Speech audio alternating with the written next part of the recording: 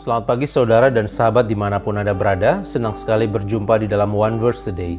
Kita mau merenungkan firman Tuhan, tapi sebelumnya marilah kita berdoa.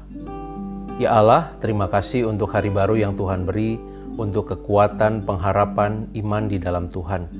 Kami mau belajar dan merenungkan firman-Mu hari ini, biarlah Engkau hadir, melawat dan menerangi kami semua. Di dalam Kristus kami berdoa. Amin. Saudara, firman Tuhan hari ini dari Kisah Para Rasul 21 ayat 30. Maka gemparlah seluruh kota dan rakyat datang berkerumun, lalu menangkap Paulus dan menyeretnya keluar dari bait Allah, dan seketika itu juga semua pintu gerbang bait Allah itu ditutup. Saudara, dalam sebuah institusi atau kelompok ataupun komunitas, terjadi perdebatan adalah hal yang biasa. Tidak jarang perdebatan tersebut menimbulkan masalah yang lebih besar. Orang-orang di dalamnya menyimpan sakit hati dan kebencian. Hubungan satu sama lain kian menjauh. Saudara, ada banyak orang dalam menyelesaikan masalah dengan cara-cara atau pendekatan yang emosional. Mereka marah dan saling mengadu otot dalam menyelesaikan masalah, dalam mengelola perbedaan. Ayat bacaan kita hari ini merupakan kisah tentang Paulus ditangkap. Orang-orang Yahudi menangkap Paulus, menuduhnya menista agama Yahudi dengan menentang hukum Taurat. Ia juga dituduh telah menajiskan bait suci dengan membawa masuk orang-orang Yunani ke dalam bait Allah. Itu sebabnya, saudara, orang-orang Yahudi berencana ingin membunuh Paulus. Akan tetapi menyikapi keadaan tersebut, Paulus tidak panik dan tetap tenang saja. Ketika Paulus dibawa oleh pasukan Romawi ke markas mereka, sambil diikuti orang Yahudi yang banyak itu, Paulus kemudian meminta izin kepada kepala pasukan Romawi untuk dapat memberikan penjelasan kepada orang banyak. Selain mungkin tidak ada kesempatan atau celah yang baik untuk memberikan penjelasan atau membela dirinya di depan orang banyak tadi, Paulus menunggu momen yang baik untuk mengklarifikasi kasusnya. Agar suaranya jelas, ia menunggu suasana tenang terlebih dahulu.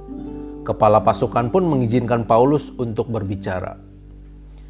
Kesabaran serta ketenangan Paulus ini membuat keadaan menjadi lebih kondusif, saudara. Dari sini kita bisa melihat bahwa Paulus merupakan seorang yang dewasa, matang, dan berpengalaman dalam mengelola konflik yang sedang dihadapi. Walaupun sebenarnya bisa saja ia langsung berteriak balik kepada orang-orang banyak tadi, Paulus bisa saja pamer dan menyombongkan diri, serta menunjukkan pembelaannya pada saat awal-awal ia ditangkap. Dan secara manusia, mungkin ia juga bisa marah-marah dengan tuduhan yang tidak benar yang dilontarkan kepadanya. Tetapi semuanya itu tidak dilakukan Paulus. Sekali lagi, Paulus menunggu waktu yang tepat. Saudara, hari ini kita belajar dari Paulus, yaitu tentang menahan diri. Dalam kehidupan ini, seringkali kita manusia sulit untuk menahan diri, terutama jika kita berada dalam situasi konflik dengan orang lain. Karena merasa benar dalam posisi kita secara emosional langsung berupaya mengklarifikasi tuduhan yang dilontarkan kepada kita. Dalam situasi tersebut, tanpa berpikir panjang, kita langsung terburu-buru untuk berbicara dan cenderung untuk maunya hanya didengarkan dan bukan mendengarkan. Dalam relasi dengan pasangan, saya teringat beberapa kali saya mengalaminya, saudara. Ketika istri mengatakan sesuatu yang saya anggap tidak benar atau tidak dapat saya terima, saya langsung secara spontan menanggapinya. Padahal mungkin itu hanya masalah kecil dan sangat sepele. Tetapi karena merasa diusik, dan merasa saya tidak melakukan apa yang dituduhkan tersebut, saya langsung menanggapi secara emosional.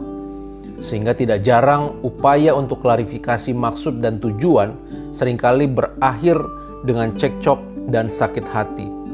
Ya, walaupun biasanya itu juga tidak lama-lama, saudara. Sebelum istirahat malam, saya memastikan bahwa kami sudah harus baik lagi hatinya. Sahabat, sabar dan tenang dalam banyak hal itu akan sangat membantu kita dalam menyelesaikan masalah, mengelola perbedaan dan konflik yang sedang terjadi. Ketika kondisi hati dan pikiran sedang dingin, seseorang akan lebih bijaksana dalam mengutarakan pendapat, dan pendengar pun biasanya juga akan lebih tulus, lebih rela di dalam mendengarkan pendapat kita.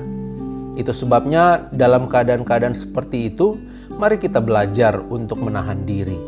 Kita sabar dan tenangkan diri terlebih dahulu sebelum melakukan sebuah tindakan. Saya masih teringat dengan sebuah saran yang sangat sederhana yang saya pernah baca dalam sebuah buku. Jika kita hendak menyatakan kemarahan kita kepada seseorang, apakah itu misalnya kepada istri, anak-anak, kepada sahabat, teman, bawahan, dan sebagainya. Sebelum kita marah-marah, hitunglah terlebih dahulu angka 1-20 menurut kecepatan detik jam.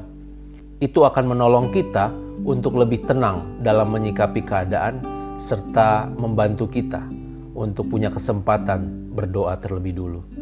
Sahabat, semoga hari-hari yang kita jalani itu diwarnai dengan kebahagiaan lewat relasi yang penuh kehangatan yang kita bangun setiap hari. Dan saya percaya Roh Kudus pasti akan menuntun dan menolong kita semua dalam memenuhi panggilan tersebut. Amin. Marilah kita berdoa. Ya Allah, kami sungguh bersyukur untuk firman Tuhan yang boleh kami dengar dan kami renungkan. Kami diingatkan hari ini agar kami belajar untuk menahan diri, terutama ketika kami diperhadapkan dengan situasi yang memancing emosi dan amarah kami. Tenang dan sabar di dalam situasi itu akan lebih menolong kami di dalam menyelesaikan masalah. Terima kasih Bapa, Roh Kudus ingatkan kami, mampukan kami, agar kami mampu menahan diri demi situasi yang lebih kondusif. Di dalam Kristus kami berdoa. Amin. Tuhan memberkati kita semua, saudara.